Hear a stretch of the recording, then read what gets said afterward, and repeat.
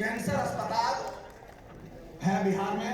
मैं पहले सुना था पदम भागू जी, तो मुझे लगता है कोई बुजुर्ग होगा जिसके यहाँ कैंसर के लिए बाहर बाहर से पेशेंट लाइन लगा के आ रहे हैं। और आश्चर्यजनक ये है, एविडेंस के साथ वो बता रहे हैं कैंसर ठीक हुआ। महावीर कैंसर संस्थान के डॉक्टर बोल रहे हैं कि होम्योपैथी में पदम भागू जी ने इस कैंसर को ठीक कर दिया। कैसे हो गया डॉक्टर साहब? हमने होम्योपैथी में ऐसे ही होता है, कोई समझा ही नहीं पाया ये कैसे होता है, यही समस्या। तो ऐसे समझाने वालों को मैं यहाँ पर लाने की कोशिश कर रहा हूँ। ये निश्चित रूप से होम्योपैथी के बड़े बड़े वर्ग के लिए मैं क्रिमिनल घोषित हो जाऊं कल से, लेकिन अगर आपकी तालियों की गड़गड़ाहट हो तो मैं ये करूंगा।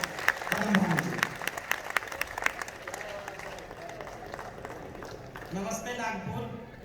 आज आपके बीच में उपस्थित होकर बहुत ही गौरवान्वित महसूस कर रहा हूँ। और शशि और दुबे जी का बहुत बहुत असंख्य धन्यवाद, जो इस तरह का प्लेटफॉर्म हम युवाओं को प्रोवाइड करते हैं। और इतनी होम्योपैथिक चिकित्सकों का हम बोलेंगे महाकुंभ है। इस महाकुंभ में हर वो चिकित्सक आज सम्मान के साथ, मान के साथ आज खड़ा है कि दूसरे एलोपैथिक मॉडर्न सिस्टम में जो चिकित्सक हैं उनसे अभी इस समय कभी किसी भी एंगल से कम नहीं समझ पा रहा है।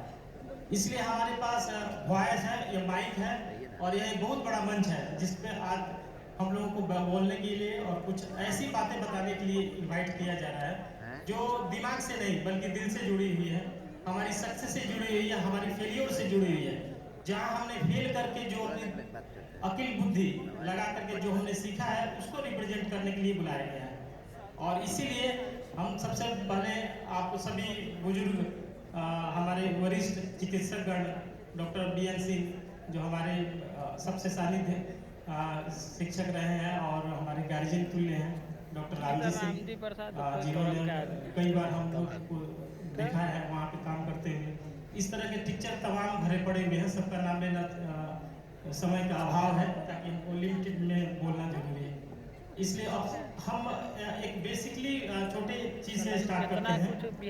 कलकत्ता में डॉक्टर SC दे हुआ करते थे, बेचारे आज हमारे गुरु नहीं रहे, लेकिन जब क्लिनिक में मरीज नहीं देख पाते थे तो उनके बरामदे में एक कालीन बिछाई जाती थी और वे वैसे बच्चों को इनवाइट करते थे। क्योंकि मेरी ग्रेजुएशन कैलकाटा मेडिकल कॉलेज से हुई है, तो वे एक टिप्स दिया करते थे वैसे बच्चों को जो अभी पास आउट करके सोसाइटी में जाने वाले हैं या इंटर्नशिप कर रहे हैं। उनकी मन में उधेड़ बुन लगी रहती थी, क्या हम SPD बन पाएंगे कि नहीं बन पाएंगे, या क्या होम्योपैथी से हमारा धन उपार्जन हो पाएगा कि नहीं हो पाएगा।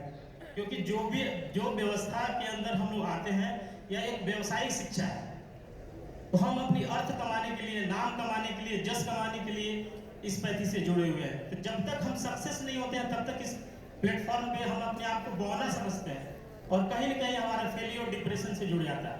जब भी हम इतने बड़े मन से हम लोग एजुकेशन की बात करते हैं, क्लासिकल होम्योपैथी की बात करते हैं, तो बच्चा पीस के रह जाता है, मन मसोट के रह जाता है कि ऐसा लगता है कि वो पाप कर रहा है। अगर उसने एक सिंगल मेडिसिन और मिनिमम पोटेंसी मिनिमम डोज को फॉलो नहीं किया तो वो क्राइम कर बैठेगा। इसलिए उस बच्चे को जहां उसको पानी देने की जरूरत है, यूरिया देने की जरूरत है और सोसाइटी में आगे खींच के ले जाने की जरूरत है, वहाँ पे इतने बड़े बड़े कॉम्प्लेक्स लेक्चर सुन करके हम लोगों ने अपने आप को डिप्रेशन लेवल पे जाते हुए देखा है। इसलिए हमको इस बात को फील करते हैं कि वैसे बच्चे जो अभी मार्केट में उतरने वाले हैं इंटर्नशिप करके, वे कभी नाराज मत हो। और मैं उस डॉक्टर SP दे के टिप्स की चर्चा जरूर करूंगा ताकि मुझे उस डिप्रेशन से निकाले थे। तो उनका कहना था कि बच्चे तुम प्योर वर्ड को भूल जाओ, क्योंकि यह तो तुम्हारी बस की बात होने से रही, और जब तक तुम 5 साल 10 साल प्रैक्टिस नहीं कर पाओगे तब तक इस प्योर वर्ड का तुम मतलब भी नहीं जान सकते हो। इसलिए अपनी प्रैक्टिस के दौरान सबसे पहले तुम किसी मरीज को एक कीन ऑब्जर्वेशन के थ्रू आप देखो, और वो ऑब्जर्वेशन क्या हो सकता है उन्होंने बताया।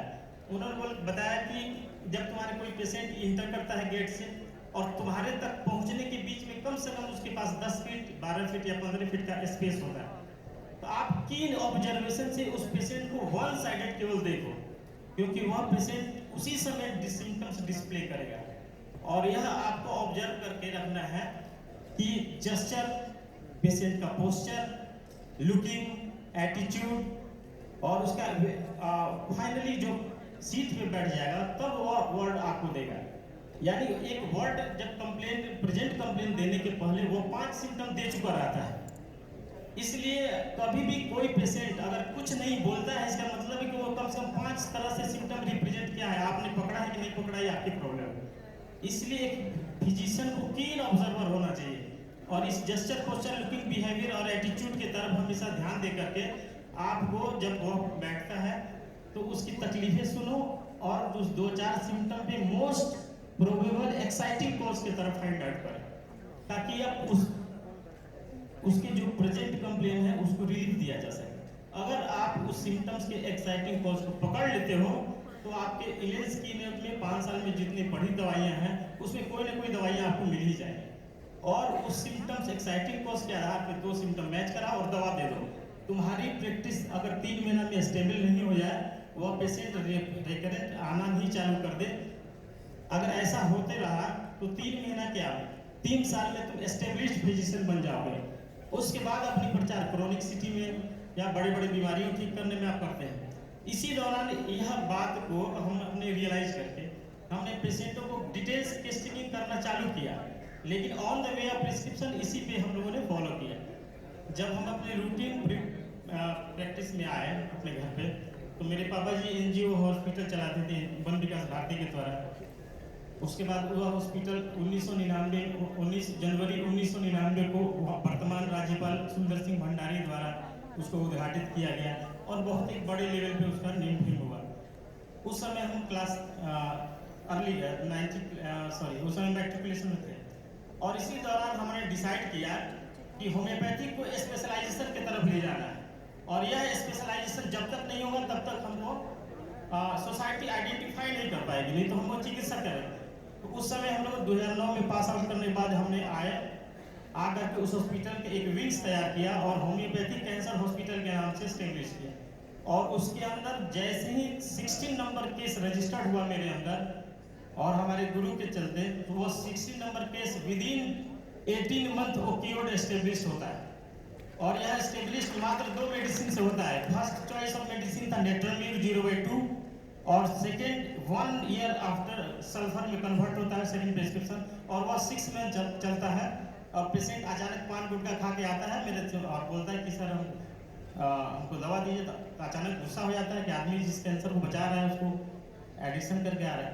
तो वो बोल रहा है कि सर आपको डॉक्टर तो होंगे, आपको पता है कि हमारी बीमारी ठीक हो रही है कि नहीं होगी, लेकिन मुझे पता है कि हम ठीक हो चुके हैं। अगर आपको विश्वास नहीं है तो मेरा टेस्ट करा के देख लीजिए। और इसी समय गुस्सा पे मैंने उसको टेस्ट लिखा, FNAC बायोप्सी गाइडेड में CT स्कैन करवाया और गोरखपुर के लाइफ लाइन पैथोलॉजी से जब रिपोर्ट लेकर के वो नहीं आ रहा है, उसका बड़ा भाई आ रहा है, क्योंकि डॉक्टर से तो आवेग में बड़ी बातें कर चुका है।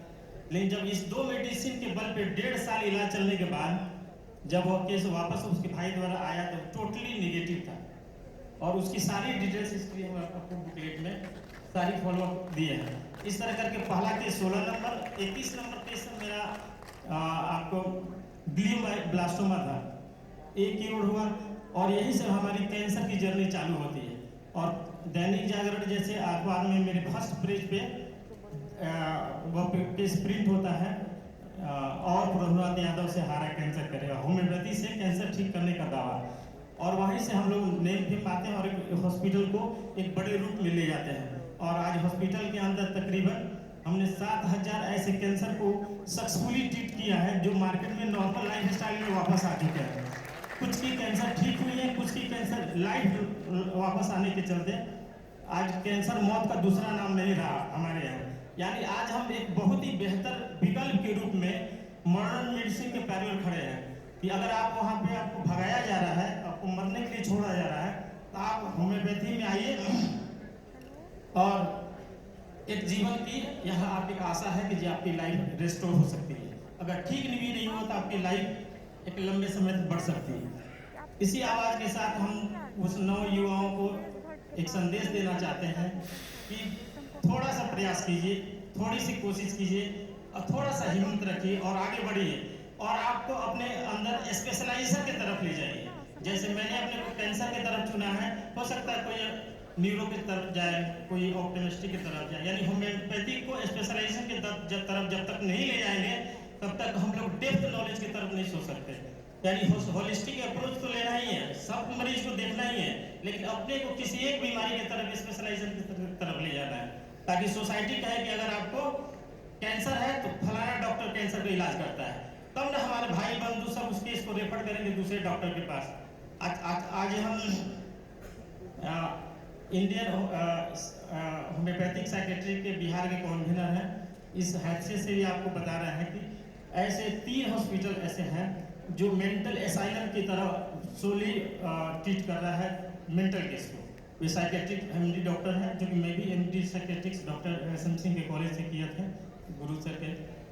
इसलिए हम लोगों ने साइकेट्रिक एक ग्रुप बनाया और इसके अंदर बहुत सारे डॉक्टर, जैसे मैं कैंसर हॉस्पिटल चला रहा हूँ, वे लोग मेंटल एसाइलम चला रहे हैं, मेंटल हॉस्पिटल, और वहाँ पे पूरी होम्योपैथिक दवाइयाँ दी जा रही हैं, बेड है, एडमिट इंडोर आउटडोर फैसिलिटी है।